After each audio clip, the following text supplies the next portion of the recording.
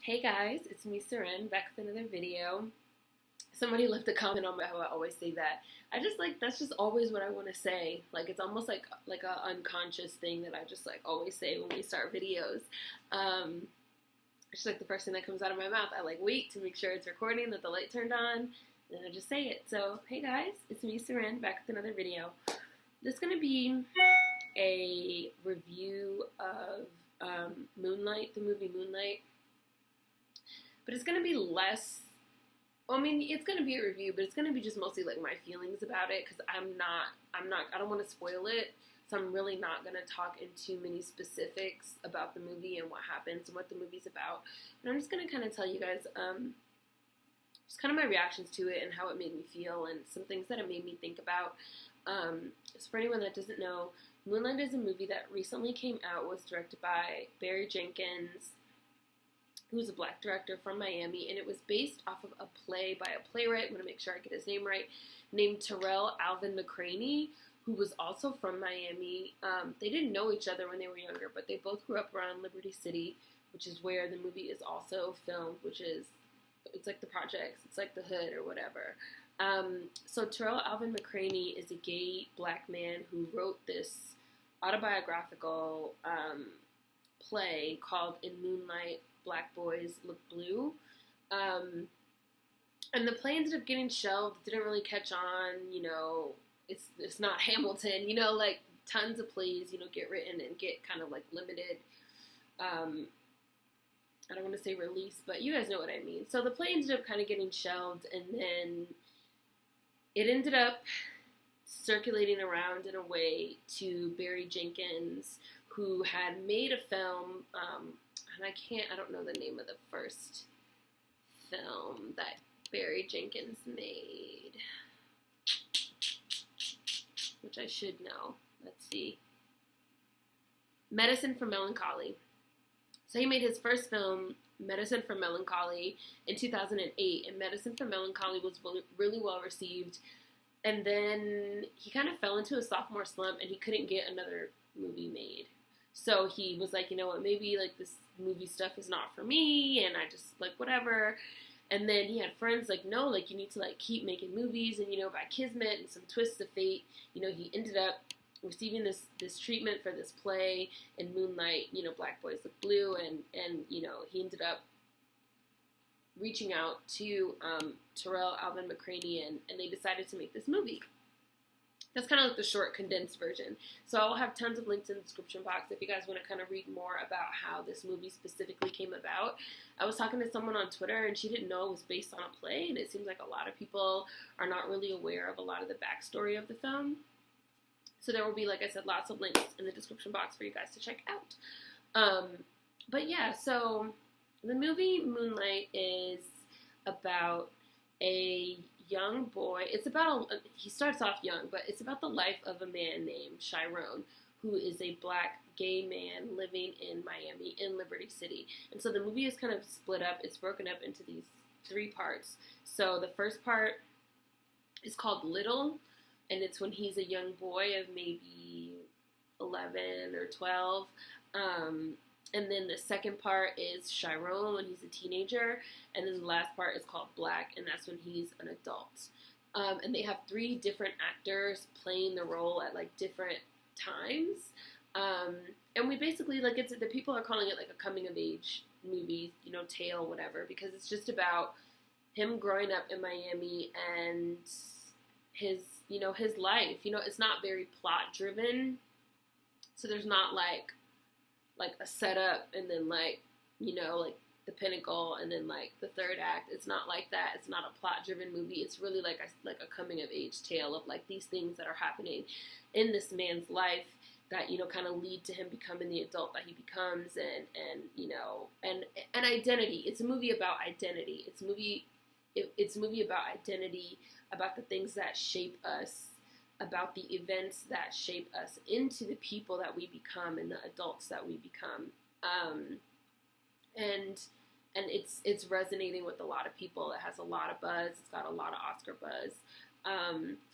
So what did I like about the movie? I liked that it was a story about identity to me, I felt like Chiron was definitely someone that I know, that I could have known, that I did know, because to me, watching the movie, I just felt like this is a person that is like wrapped up so tightly inside of himself that he just can't talk, he can't communicate, he can't express himself, he can't express his feelings, he can't express his emotions, he doesn't want to talk, like there's barely any dialogue. So for these actors, they had to like express a lot, like with the face and the body and just this like tension. So he has this tension as a small child, and then he has this tension as a teenager, and then we really see him like wound up tight, like coiled tightly inside of himself as an adult. And in this movie, the catalyst for that is not just his sexual orientation. Like there's a lot of like push of this as like the gay black movie, and like I get why that's a big deal, but I feel like it's really not just his sexual orientation. Like he is gay, like they make it like known from the jump that like he's gay, and that is like really affecting like the way that he interacts with people. But he's also poor, you know, living in Liberty City, which is like in like the midst of the crack epidemic. He's a child. It's like modern day, so he's a child in like the late 80s, early 90s, whatever.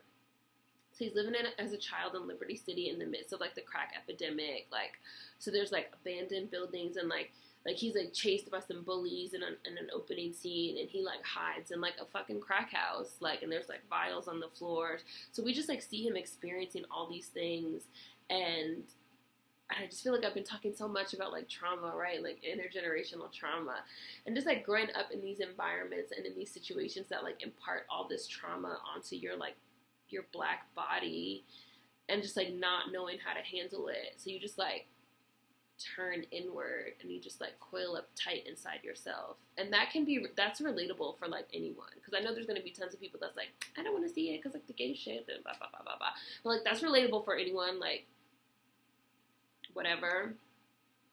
And then like him being gay, we see from like early on, he's a small child, and the other kids pick on him. They call him little because he's like smaller than the rest of them. He's like the littlest kid, so they call him little. But even just aside from the fact that he's little, they can tell that he's different. Like the kids can like pick up on like that he's different. So they start to bully him. And the bullying kind of continues throughout the movie until he reaches a point, I'm not going to spoil it and tell you guys what exactly happens, but he reaches a point where he comes to this realization of like, if I don't want to get picked on, if I don't want to get bullied, I have to like present a certain way. I have to like look a certain way. I have to act a certain way. I have to present a certain way so I don't get bullied, so I don't get picked on, so I don't get teased, so I don't get the shit fucking beat out of me like every single day, like at school and like on my block and like in my neighborhood. And even like when he's like smaller, there's like a scene of him like with his best friend, and his best friend is like, listen, you gotta let these niggas know that you're not soft. Like that's why they keep picking on you. And he says like I know you're not soft. Like I'm your friend, like I'm your homie, like I know you're cool, whatever. But you gotta like show these niggas that you're not soft. Like that's the only way to get them to stop picking on you. And there's like a lot of scenes like that are kind of like building up to these ideas. It's really a lot about like presenting and the way that like society tells people that they have to like act.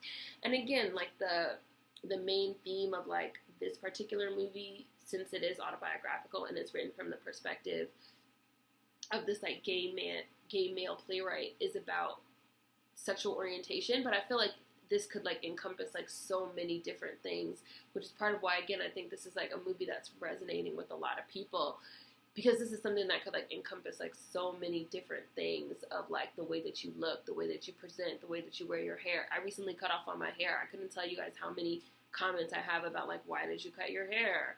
Why did you cut off all your beautiful hair? And you know, and da da da da da, because of these ideas about like how I'm supposed to present as like a woman with long hair, and like, you know, just all these ideas, and these are not, and I feel like these are also not strictly like straight people ideals either, which I've like gotten into like a little bit on this channel before, because even in a lot of like LGBT communities and like, well, what is it now? LGBTQIA plus communities and like queer spaces, even still, there's still a lot of like expectation on presenting and on kind of like roles that people are supposed to play and like ways that people are supposed to look, and if you don't, fit into these ideas and fit into these narratives and fit into these boxes, you're an outcast. Like I said, it's really a movie to me that's about identity and what is your identity, and like I said, Chiron, the main character Chiron, reaches a point where he basically realizes, like, if I don't want to like keep like living this life the way I've been living, I have to like present a certain way. And then there's like somewhat of a shift in the way that he presents himself and the way that he dresses and the way that he talks and the way that he acts. And then we start kind of getting into hypermasculinity within the Black community. But I do want to say, just like I said in my video, where I talked a little bit about Kid Cudi and mental health, I feel like people love to pathologize Black people, and they love to pathologize the Black community as if like hypermasculinity is like strictly a Black thing and homophobia is like strictly a Black thing. Like, stop pathologizing our communities. These are not like Black specific issues. Like, hypermasculinity is like a huge issue in American mainstream society. Rape culture is a huge issue in American mainstream society. Homophobia, transphobia, these are huge issues in mainstream American society. Our Blackness compounds those issues. Our Blackness impacts those issues because our Blackness in this American society already puts us at a certain place. So just like I say all the time, like, my Blackness affects my womanhood, right? Like, intersectionality. But these are not like Black specific pathologies, and I like really wish that people would stop doing that. The playwright Tarell Alvin McCraney, I read a really good interview where an interviewer asked him about that, like, oh, what do you think about like hypermasculinity and like homophobia in the Black community? And he said, I feel like hypermasculinity and homophobia are like huge issues in our mainstream American society. I'm Black, so I wrote this play from my Black perspective, and my sexual orientation and my masculinity is impacted by my Blackness because of the way that Blackness is seen in American society. But like, please do not think that I'm saying that this is like a Black problem, because I'm like not saying that. So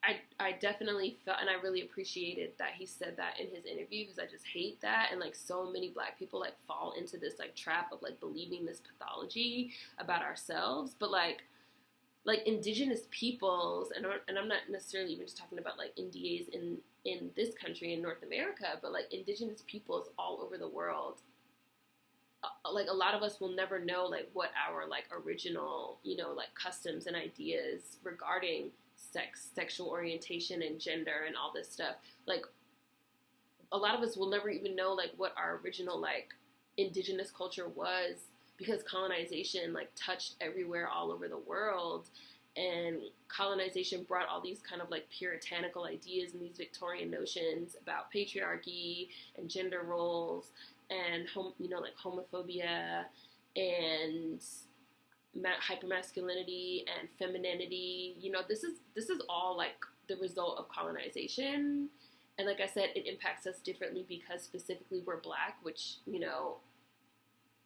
we're Black in a racist colonist society. So like, there's like levels, and just like stop pathologizing Black people, because like all this shit is white people's fault anyway. Like, all this shit is white people's fault anyway. So just like stop pathologizing Black people.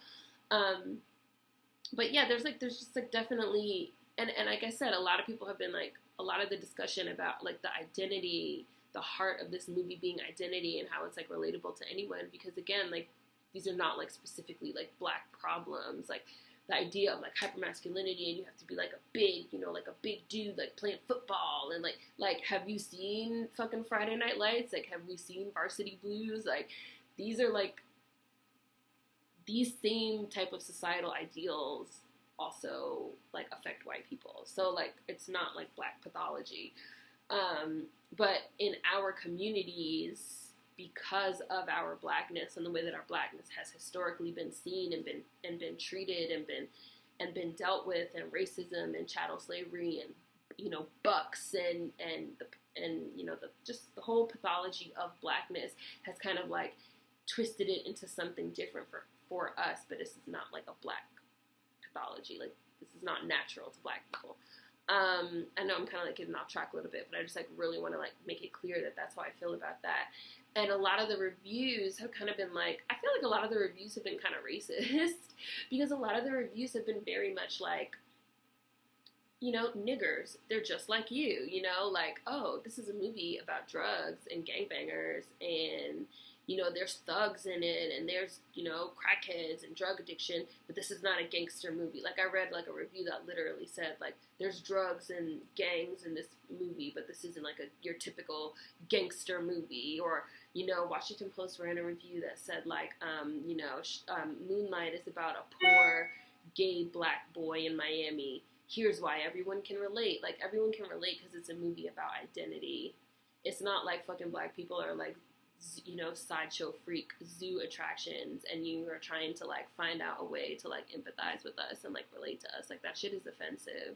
And that's not the way that we talk about like white fucking projects that get all this critical acclaim. Boyhood is about a young white boy growing up in Texas.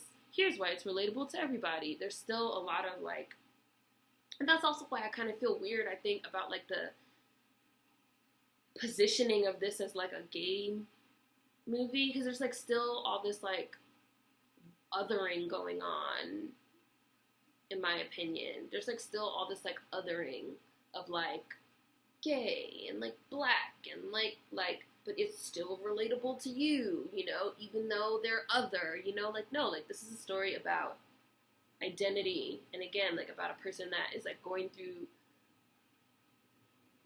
something, yes, as a gay first child and then adult, but also as a black child and adult, also as a poor child and then adult, and all these, you know, series of events that are like creating this identity that we later see like manifest in this grown man who is coiled up so tight inside of himself that, and watching it, I'm like, God, this shit just like reminds me of like hood ass niggas that I know that have like really been through some shit as children and just can't talk, and they just like shove their hands in their pockets and they're just like so nervous and like so awkward, and then like, yes, they do like at a certain point like don this like hyper masculinity as like this shield, as like this armor to like protect themselves, because they've just like never, like Master P said in a seat at the table fucking interlude, you know, black kids don't have rehab. We have to like, we have to rehab ourselves, you know, like, we don't have fucking therapy, like, we have to like figure it out, like, we have to figure it out.